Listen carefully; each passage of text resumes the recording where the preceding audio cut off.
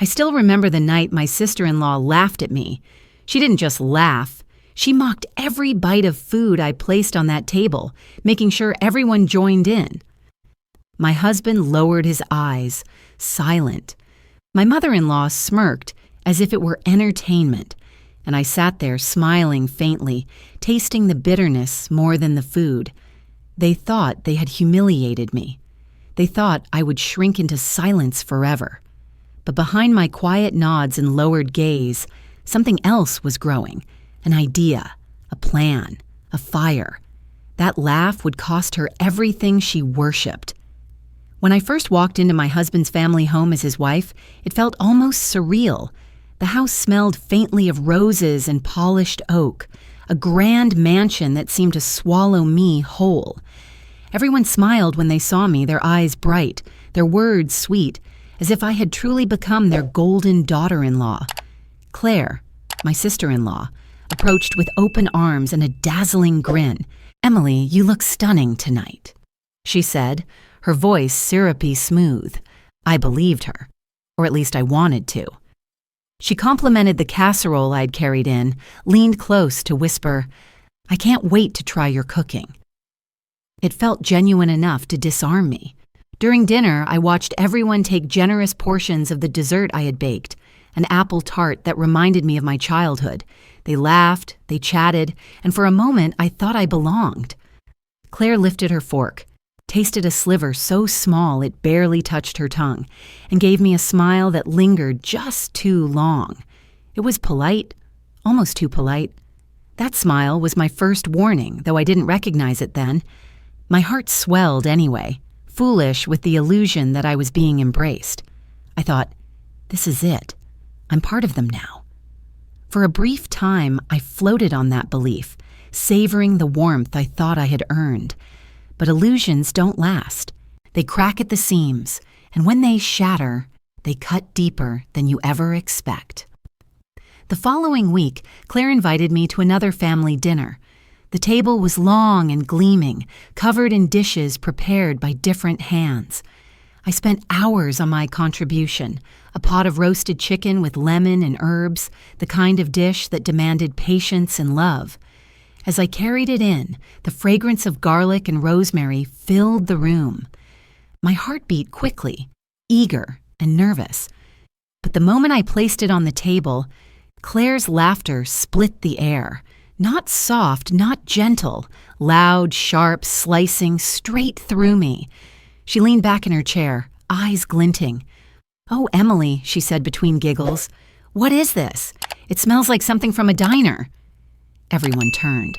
My mother-in-law's lips curled upward, not in kindness, but in amusement.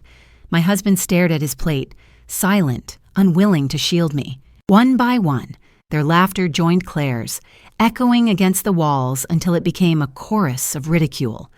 My face burned, but I forced a smile, gripping the edge of my chair as if it could anchor me. Claire lifted her glass of wine, still chuckling. "You know, Emily, cooking is tricky. It's really not for everyone. You should come with me sometime to Le Chateau d'Or. That's a real restaurant. It's the pinnacle of fine dining. You'd learn a thing or two." She paused, scanning the room to make sure everyone heard. Though, honestly, I don't think you'd ever reach that level. Some people just don't have the touch. The words landed harder than the laughter. My dish sat untouched at the center of the table, a silent testament to their scorn. My throat tightened, but I didn't speak. Not one word. I lowered my gaze, let the moment pass over me like a storm, and gave them only the faintest smile. But inside, something shifted. I realized then that the warmth I thought I had felt was never real. It was a mask, a performance. I was not their daughter-in-law to be cherished, but an outsider to be mocked. Entertainment for their evenings. Claire's laughter was not just ridicule, it was a declaration of war. And though I said nothing, though I let them believe they had humiliated me, I made a promise to myself in that silence. Her laugh would not be the last sound that echoed in this house. My quiet would become my weapon. That night, when I looked up from my plate, my eyes caught Claire's across the table. She was still smirking, satisfied with her little victory. She didn't notice the flicker in my gaze, the spark that had already been lit. I let her think she had won, but I knew better. I smiled faintly and thought, "You just wrote the first page of your downfall." In the days that followed that humiliating dinner, I let myself disappear into the background. I smiled when spoken to, nodded at the right times, and never challenged anyone. At family gatherings, I busied myself clearing dishes, pouring wine, arranging napkins, chores that required no voice, no pride. To them, I was docile, broken even. Claire's smirk grew sharper each time she caught me lowering my eyes. She thought she had crushed me, that I had accepted my place at the bottom of their gilded ladder. I let her believe it. It was easier that way. The more invisible I became, the less anyone suspected the storm building quietly inside me. They mistook my silence for defeat. They didn't realize silence could be a shield. Claire grew louder in her triumph. At brunches, she boasted about her soirees, about the circles she moved in, about the famed restaurant she revered, Le Chateau d'Or. She loved to describe its velvet-draped dining hall, its crystal chandeliers, its chef whose name she spoke as though he were a god. And each time she raised that restaurant onto a pedestal, she glanced at me, smirking, as if daring me to reach it. But beneath my lowered gaze, I was already making moves. What no one in that family knew, what even my husband had only a shallow understanding of, was my past. Before marriage, before I tried to play the part of dutiful wife, I had lived in a different world. I had worked as a financial advisor, navigating portfolios, managing investments, watching numbers bloom into fortunes. I had saved carefully, relentlessly, until I had built a foundation strong enough to withstand any storm. They saw only a woman with flour on her hands and disappointment in her eyes. They did not see the quiet fortress of resources I had constructed over years of long nights and harder choices. That was my first hidden weapon. The second I forged in secret. When the lights dimmed and the house fell into silence, I slipped away. Some nights I drove across town to a small culinary school tucked between a laundromat and a gas station. Other nights I stayed up in my own kitchen, experimenting until dawn, fingers burned, eyes stinging from smoke and tears. I studied knife skills until my hands moved with the precision of a surgeon. I memorized flavor pairings until they became instinct. My dishes were no longer just food, they became statements. In those late hours, no one mocked me. No one laughed. There was only me, my determination, and the fire of the stove. Each burnt sauce, each collapsed soufflé became part of my arsenal. Each failure sharpened me. I learned to take the sting of ridicule and fold it into the dough, to let bitterness simmer into something powerful. While Claire paraded her superiority, I prepared in silence. It was during those months of quiet preparation that I stumbled onto the truth about her so-called temple, Le Chateau d'Or. One evening, as I combed through financial reports the way I used to in my old career, I found a thread. The restaurant's parent company was drowning in debt, struggling to keep its head above water. High rent, declining membership, extravagant renovations that yielded little return. The books bled red ink. On the surface, it glittered. Behind the scenes, it was crumbling. I felt the corner of my lips curl for the first time in months. Claire worshipped a house of cards, and I, the invisible daughter-in-law she laughed at, had the means to own it. The irony burned sweet on my tongue.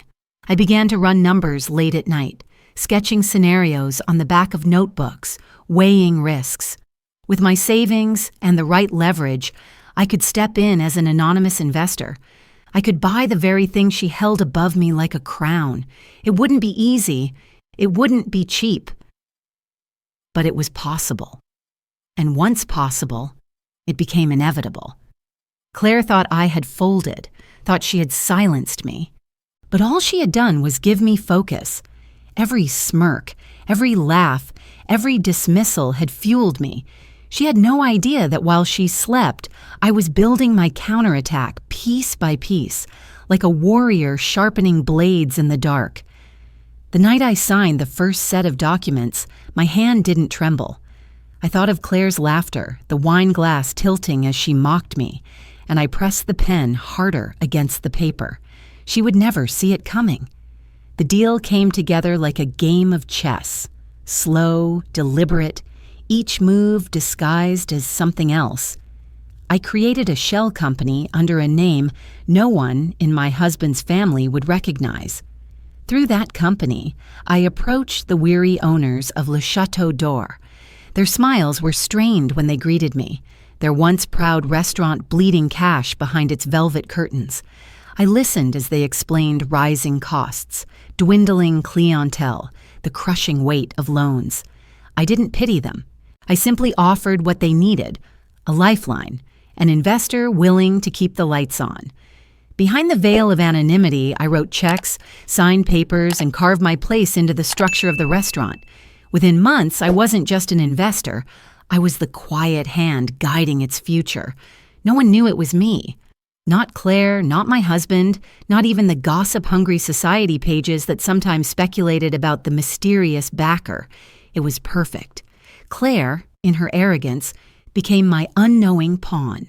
She continued to boast about Le Chateau d'Or at every family gathering, raising her glass in praise of its unmatched prestige. She organized dinners there with her friends, dragging them through the grand double doors, speaking with reverence about its sacredness. She didn't realize that every reservation she made, every lavish meal she hosted, poured money back into my pocket. There was a strange thrill in watching her perform, oblivious. I became the invisible puppeteer, letting her parade the very thing I controlled. Her pride became my marketing, her vanity, my advertising. She was fueling my success, too blinded by her own smugness to question it. But with every step I took, the stakes rose higher. My silence was both my shield and my prison. One careless slip, one overheard call, and the truth could unravel everything. At night, when I sat alone in my kitchen with the contracts spread before me, I felt the weight of secrecy pressing on my chest. This was no longer just about proving myself. It was about holding steady under a mask, never revealing the storm behind it.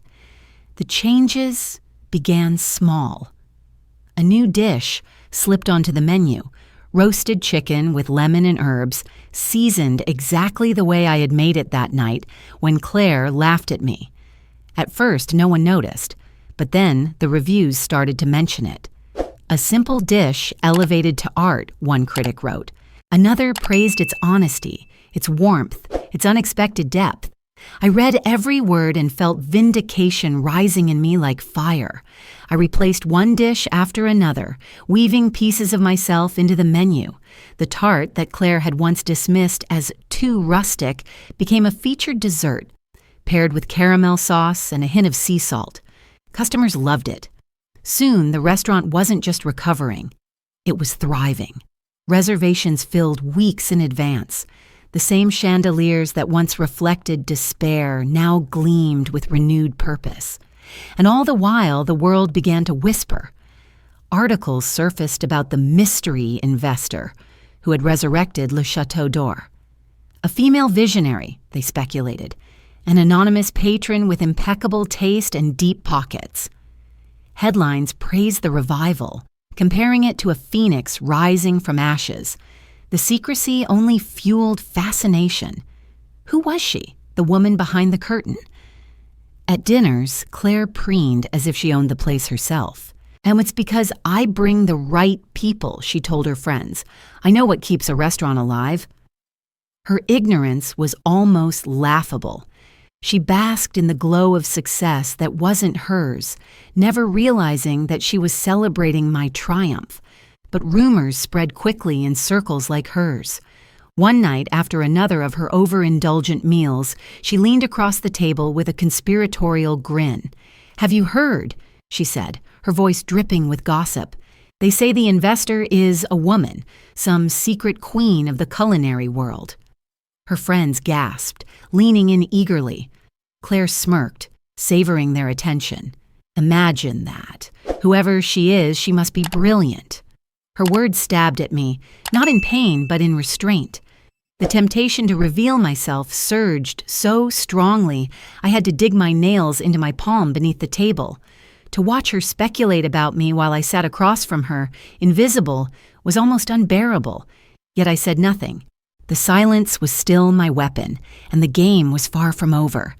But in that moment, as I watched her eyes glitter with curiosity, I knew the day would come when her smirk would falter. The rumors were circling closer, and Claire was far too intrigued to let them go. She wanted to know who this woman was, the one bold enough to breathe life into her precious temple. And when she found out, when she realized it had been me all along, the laughter she had thrown at me would choke in her throat. The time for secrecy had passed. For months I had hidden behind contracts and silent victories, but now I stepped fully into the light. My name was etched onto the papers, my voice shaping every decision the restaurant made. I didn't just own Le Chateau d'Or, I commanded it. With full control, I'd launched a campaign unlike anything the city had seen. Billboards appeared across downtown, gilded letters spelling out, "From mockery to masterpiece." The tagline wasn't just marketing, it was my truth. Journalists devoured the story. "The woman who turned humiliation into power," one headline proclaimed. Magazines called me a visionary, a strategist who had turned shame into a brand. They didn't know the whole story, of course. They didn't know about Claire's laughter echoing through the dining room, or the wine glass nearly spilling as she dismissed me. But the world didn't need to know. It was enough that I knew, enough that every glowing review was another nail in the coffin of her arrogance. The restaurant thrived. Reservations vanished within minutes of release. Celebrities posted photos beneath the chandeliers, plates of my so-called humble dishes in front of them. Critics wrote with awe about the transformation, how a fading relic had risen, not just restored, but reborn. I walked through the dining hall one evening, unnoticed by the guests, and felt a surge of triumph pulse in my chest. This was more than revenge. This was rebirth. And Claire? She continued to worship the very ground I had remade.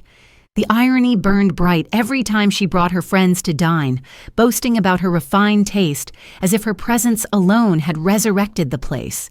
She loved to brag that she knew quality when she saw it. Each smirk of hers was another thread in the tapestry I was weaving, a performance for an audience that didn't yet realize they were part of the show. It was Claire herself who set the stage for the final act. To celebrate the restaurant's meteoric comeback, she organized a lavish dinner party. She invited her friends, her business associates, even extended family. She sent out gilded invitations as if she were the hostess of the century. She didn't know she was planning her own undoing. That night, the dining room glowed with golden light. Waiters in crisp uniforms floated between tables, pouring champagne and setting down plates adorned with the very dishes I had once been mocked for. The chicken with lemon and herbs, the rustic tart. Claire's laughter rang through the air as she toasted to the restaurant's brilliance, her eyes sweeping across the room as if to remind everyone that she was the one who had chosen this temple of taste. I waited. At the end of the evening, just before dessert was served, the manager of Le Chateau d'Or stepped forward. He cleared his throat, a smile tugging at the corner of his lips. The room quieted, glasses suspended in midair. Claire tilted her head, expecting praise directed at her.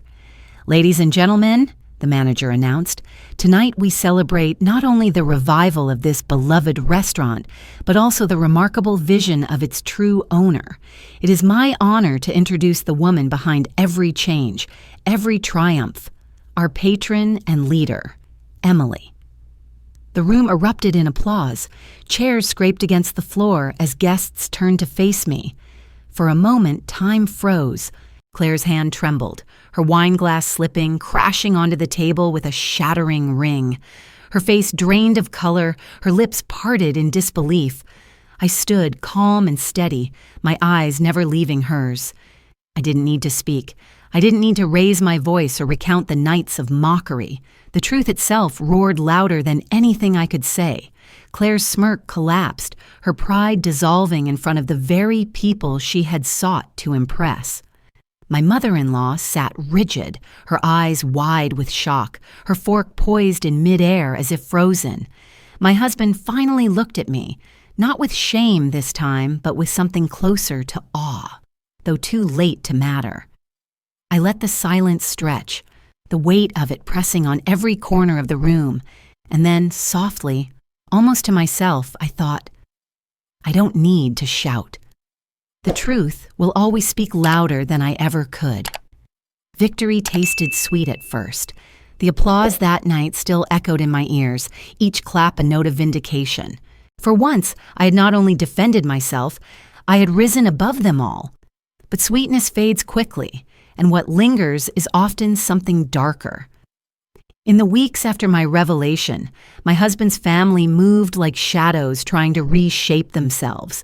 My father-in-law extended hollow compliments, remarking how impressive it was that I had managed such an undertaking.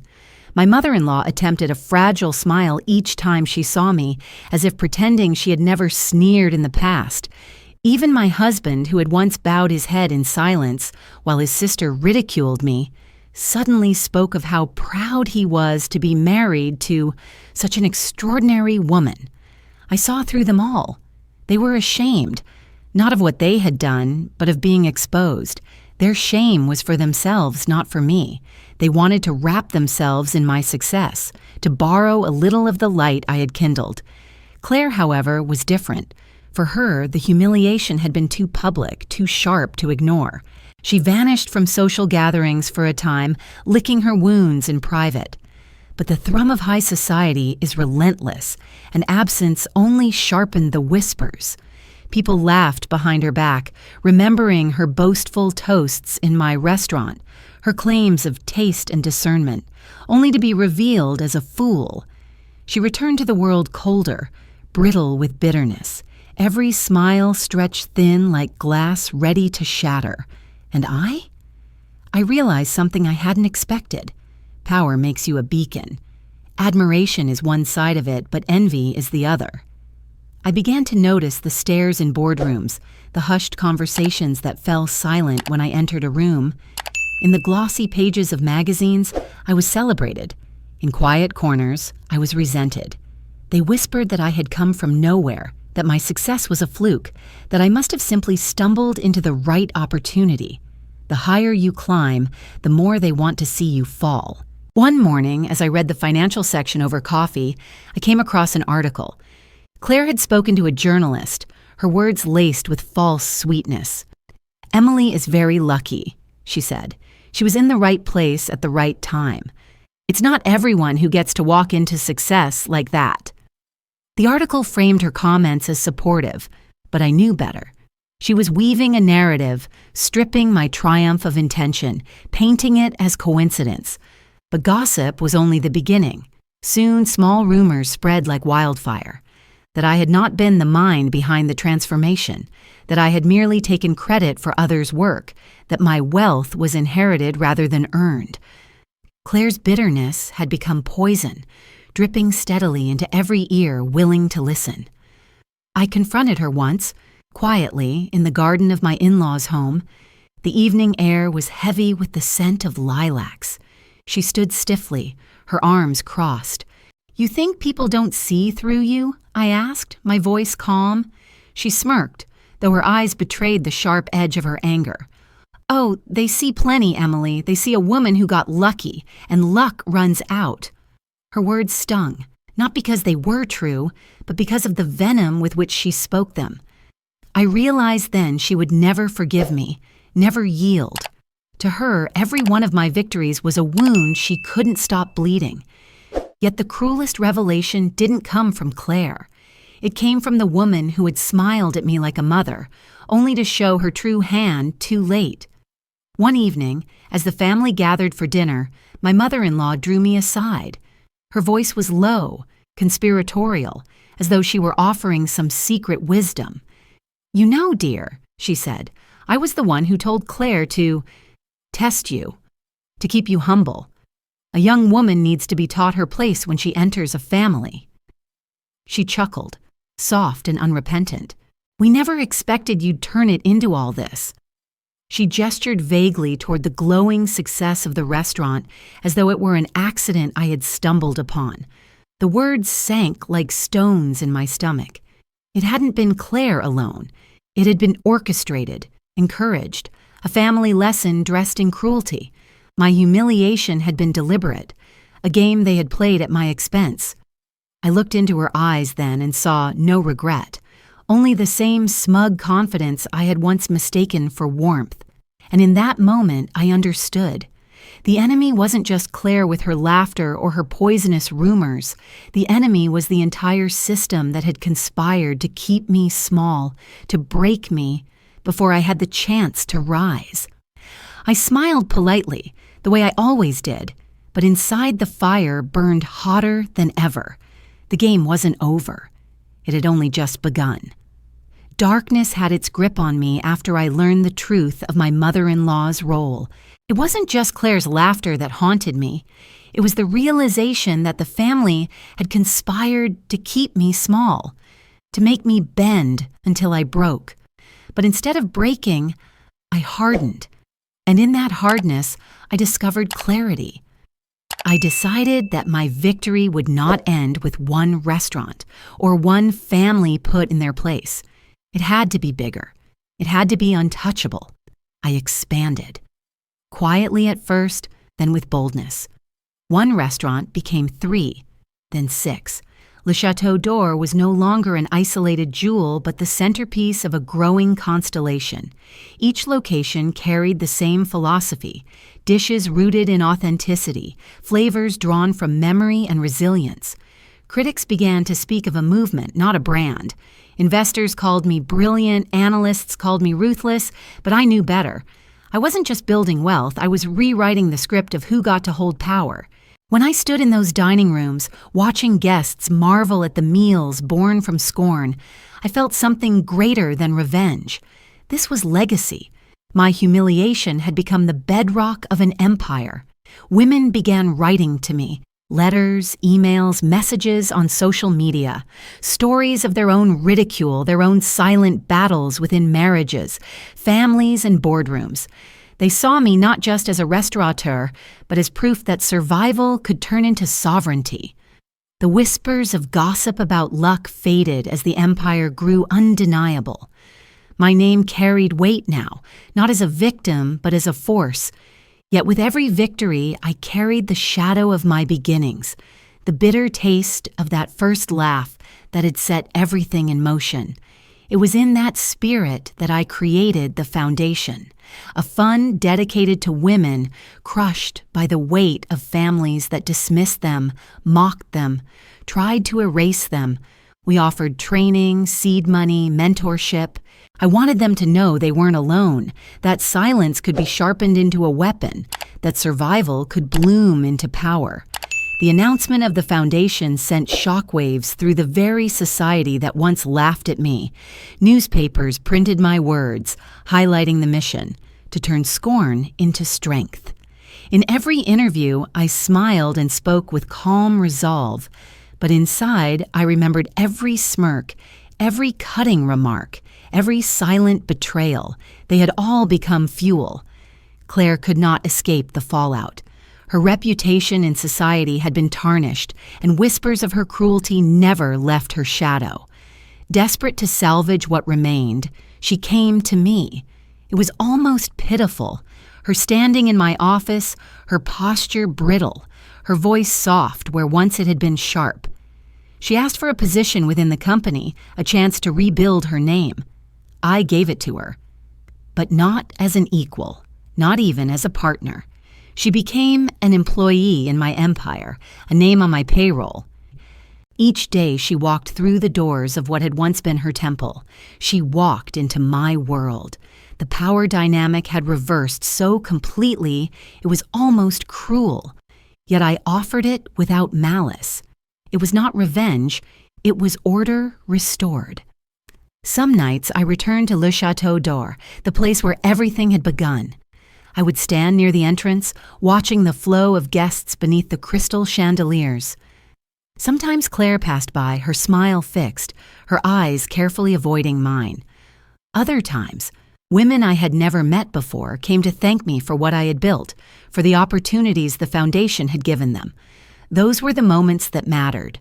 On one such evening, the dining room bathed in warm golden light, I stood alone for a moment, my reflection shimmering in the glass. The hum of laughter and conversation filled the air, but within me there was only stillness. I whispered, so softly only I could hear. This was never about revenge. This is how you rewrite the rules. The words settled into the air like a promise, stretching beyond me, beyond them, into something timeless. My story had begun with humiliation, but it ended here with transcendence.